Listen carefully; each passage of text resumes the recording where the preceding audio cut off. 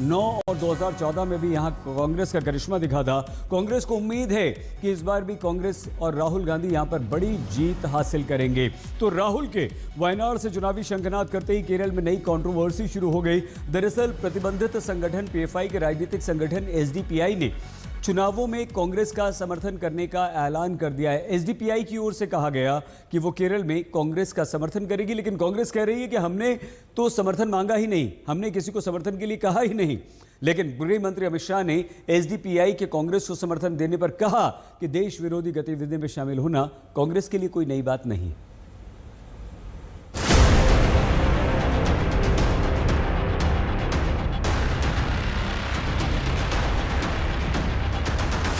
कहते हैं कि अगर नेता वो है जिसको सहारे की ज़रूरत नहीं है, ये राहुल गांधी का मानना है, तो फिर वो बिना मायावती जी के, बिना अखिलेश के सहारे के अमेठी अकेले लड़के दिखा दें।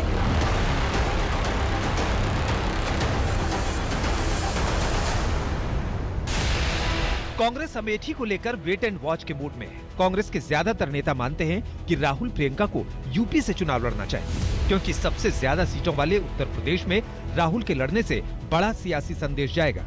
अमेठी रायबरेली दोनों दशकों तक कांग्रेस का अभेद खिला रही है। सोनिया के राज्यसभा जाने और राहुल के अमेठी से सस्पेंस के बीच शायद ऐसा पहली बार होगा जब यूपी में गांधी परिवार का कोई सदस्य चुनाव नहीं लड़ेगा। 2019 में कांग्रेस यूपी में सिर्फ रायबरेली सीट ही जीत सकी थी। दरअसल अमेठी और रायबरेली में 20 मई को 5वें चरण में चुनाव होना है। यहाँ नामांकन की आखिरी तारीख 3 मई है, इसलिए हो सकता है कांग्रेस अमेठी रायबरेली पर कैंडिडेट के ऐलान के लिए सही समय का इंतजार कर रही है। विशेष में आज के लिए बस इतना। आप प्लीज अपना बहुत ख्याल रखिएगा। देखते रहिए आज तक। सुन रहे हैं और अरविंद केजरीवाल की एक याचिका हाई कोर्ट में लगाई गई। याचिका में उनकी गिरफ्तारी को सीधे चुनौती दी गई कि उन्हें गलत गिरफ्तार किया गया है। इस पर अभिषेक मनु सिंघवी अपनी बहस वहां करते हुए, और उसके बाद यहां आपको बताऊं बहुत कुछ कोर्ट में जो कुछ हुआ है, लंच से पहले, लंच के बाद, ये सब कुछ हम आप तक पहुंचाएंगे और उसके बाद फैसले की घड़ी होगी। और हो सकता है कि इस कार्यक्रम के दौरान ही अरविंद केजरीवाल पर high court, Delhi high court से फैसला आ जाए। तो जो कुछ भी फैसला होगा वो हम आप तक पहुंचाएंगे, लेकिन उससे पहले इस वक्त कोर्ट में क्या कुछ चल रहा है। पहले अभिषेक मनु सिंघवी ने अपनी दलीलें पेश की और बहुत ही कायदे से अभिषेक मनु सिंघवी ने अपनी दलीलों में उन तमाम चीजों को एक तरह से कह सकते हैं कि ईडी को धोने का काम किया अभिषेक मनु सिंघवी ने। तो दूसरी तरफ ईडी की तरफ से एएसजी यानी एडिशनल सॉलिसिटर जनरल राजू जो हैं वो अब बहस कर रहे हैं, अपनी बात, अपने विचार वहां रख रहे हैं। और कल ही आपने देखा कि संजय सिंह जो राज्यसभा के सांसद हैं, आम आदमी पार्टी के नेता हैं, उनको कल सुप्रीम कोर्ट से जमानत मिल गई। तो सुप्रीम कोर्ट से वहां जमानत मिली और इधर हाई कोर्ट में केस अरविंद केजरीवाल जो दिल्ली के मुख्यमंत्री हैं उनका, और उस केस में क्या कुछ आगे होता है, क्या अरविंद केजरीवाल के इस केस को क्वैश करता है कोर्ट, क्या अरविंद केजरीवाल को यहां जमानत मिलती है, बहुत सारी बातें हैं। लेकिन बहुत ही एक अलग ढंग से, बहुत तीखे नोक झोंक के साथ कोर्ट में जो दलीलें पेश की गई हैं, अभिषेक मनु सिंघवी ने जो दलीलें पेश की हैं वो बहुत महत्वपूर्ण है। जरा जल्दी से हमारे साथी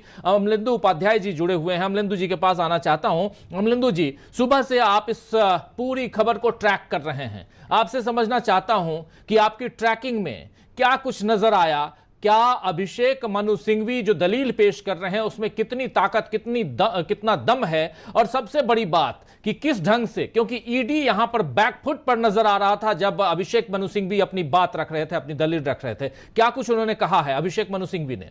देखिए राजवीर, एक तो अभिषेक मनु सिंघवी ने बिंदुवार जो है मतलब पॉइंट टू द पॉइंट कर एक तरह अपनी बातें रखी, और 7-8 उन्होंने पॉइंट्स रखे जिसका ईडी के पास कोई जवाब नहीं था।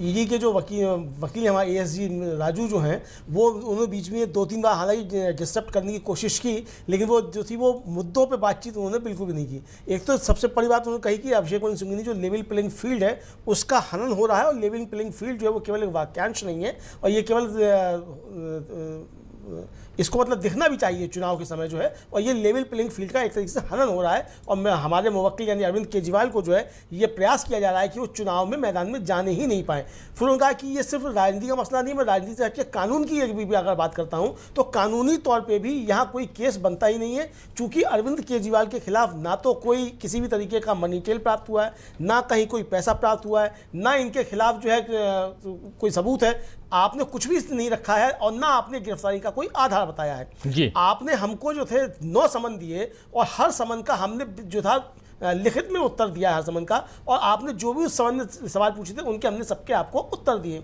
तो आपके पास अगर किसी को किसी को गिरफ्तार करने का अधिकार है तो आप किसी को गिरफ्तार कर लेंगे, इसलिए अगर आपने गिरफ्तार कर लिया है तो ये कहीं से भी गिरफ्तारी का कोई आधार नहीं है। ये महत्वपूर्ण बात उन्होंने अभिषेक मनु सिंघवी ने शुरुआत में रखी। उसके बाद फिर जब अभिषेक मनु सिंघवी अपनी आगे अपनी बातें रख रहे थे तो बीच में ईडी ने मतलब इस मामले को किसी तरह स्टार्ट आया, तो शुरुआत में नहीं हुआ। पहले ईडी की तरफ से कहा गया कि भाई ये केस जो है वो लंच के बाद इसको ले लिया जाए। जब ईडी की तरफ से ये कहा गया लंच के बाद ले लिया जाए तो अदालत ने खुद कहा कि अगर हम इसको लंच के बाद लेते हैं तो ये आज मामला नहीं निपटेगा, तो हम चाहते हैं कि इसको अभी मतलब ये है कि अदालत इस मामले को आज ही निपटाना चाहती है, और इसीलिए बहुत बड़ी बात आप कह रहे हैं। अदालत दोस्तों सुप्रीम कोर्ट से पहले हाई कोर्ट में ये मामला पहुंचा, उससे पहले राउजी वेन्यू कोर्ट में भी मामला पहुंचा था, फिर वहां से खारिज होने के बाद ये अर्जी पहुंची हाई कोर्ट में। हाई कोर्ट में अरविंद केजरीवाल की अर्जी जो है वो प्रमुख रूप से ये है कि उनकी गिरफ्तारी जो है ये इलीगल है और इसको क्वैश किया जाए, इसको खत्म किया जाए। और क्या गिरफ्तारी का जो मामला है वही क्वैश हो जाएगी या अरविंद केजरीवाल को यहां जमानत मिलती है? दो बहुत महत्वपूर्ण बात है। लेकिन इसके साथ साथ क्या कुछ चल रहा था कोर्ट में? सबसे पहले ईडी की तरफ से जो दलील पेश की गई कि इसको सेकंड हाफ में सुना जाए, फर्स्ट हाफ में ना सुना जाए, तो इधर कोर्ट ने भी और जज ने कहा साफ साफ कि भाई आप आज फर्स्ट हाफ में इसको क्यों नहीं सुनना चाहते? अगर सेकंड हाफ में सुनेंगे तो यह मामला कल पे या दूसरे दिनों पे जा सकता है, हम इसको आज ही सुनना चाहते हैं। यानी ये आप तय मानिए कि यह मामला आज ही इसका निपटारा करना कोर्ट चाहता है। एक बात। दूसरी बात यह कि अभिषेक मनु सिंघवी अरविंद केजरीवाल की तरफ से अपनी बात, अपनी दलील रख रहे थे, और उन्होंने जो बातें कही हैं उसमें एक बहुत ही महत्वपूर्ण बात कि लगभग 2 साल से जब आप ऑलरेडी इस मसले पे पूछताछ कर रहे हैं, सब कुछ कर रहे हैं, और लगभग 15 अलग अलग पॉइंट्स में आपने अलग अलग जो अप्रूवर आपके हैं उनसे बातें रख ली हैं, और 11 में केजरीवाल का नाम नहीं आता है, 11 के बाद इनका नाम आता है। इसका मतलब है कि कहीं ना कहीं आप जानबूझकर यह सीन क्रिएट करने की कोशिश कर रहे थे कि अरविंद केजरीवाल को घेरा जाए। अब अरविंद केजरीवाल अगर जब जेल में पहुंच चुके हैं, सलाखों में हैं, तो उसके बाद इनको छोड़ा क्यों नहीं जा सकता? क्योंकि अरविंद केजरीवाल ने आपसे जितनी पूछताछ आपने करनी चाहिए सब में आपकी मदद की है। और इसके अलावा 7-8 पॉइंट में उन्होंने शुरुआत में कहा कि 7-8 पॉइंट में मैं अपनी बात रखना चाहता हूं, जिसमें एक महत्वपूर्ण बात यह है कि ईडी जो चाहती है कि किसी भी तरह करके आम आदमी पार्टी को खत्म कर दिया जाए। यह भी एक गंभीर आरोप लगाया गया है कि ईडी चाहती है कि आम आदमी पार्टी को पहले वोट से पहले, यानी कि वोटिंग से पहले, आप जानते हैं इसी महीने अप्रैल के 19 तारीख को पहली वोटिंग है, उससे पहले आम आदमी पार्टी को खत्म करने की साजिश रची जा रही है, यह भी उन्होंने कहा है। सिंघवी ने कहा है कि मैं ऐसा क्यों कहता हूं, क्योंकि पहला समन अक्टूबर 2023 का है और गिरफ्तारी 21 मार्च को होती है। इसमें दुर्भावना और बुनियादी ढांचे और समान अवसर को नुकसान पहुंचाने की बू आती है। यह उन्होंने कहा है कि ऐसा इसलिए क्योंकि चुनाव का वक्त आया सामने, तो आपने गिरफ्तारी कर ली। अगर आपको गिरफ्तार करना था तो आप पहले कर सकते थे।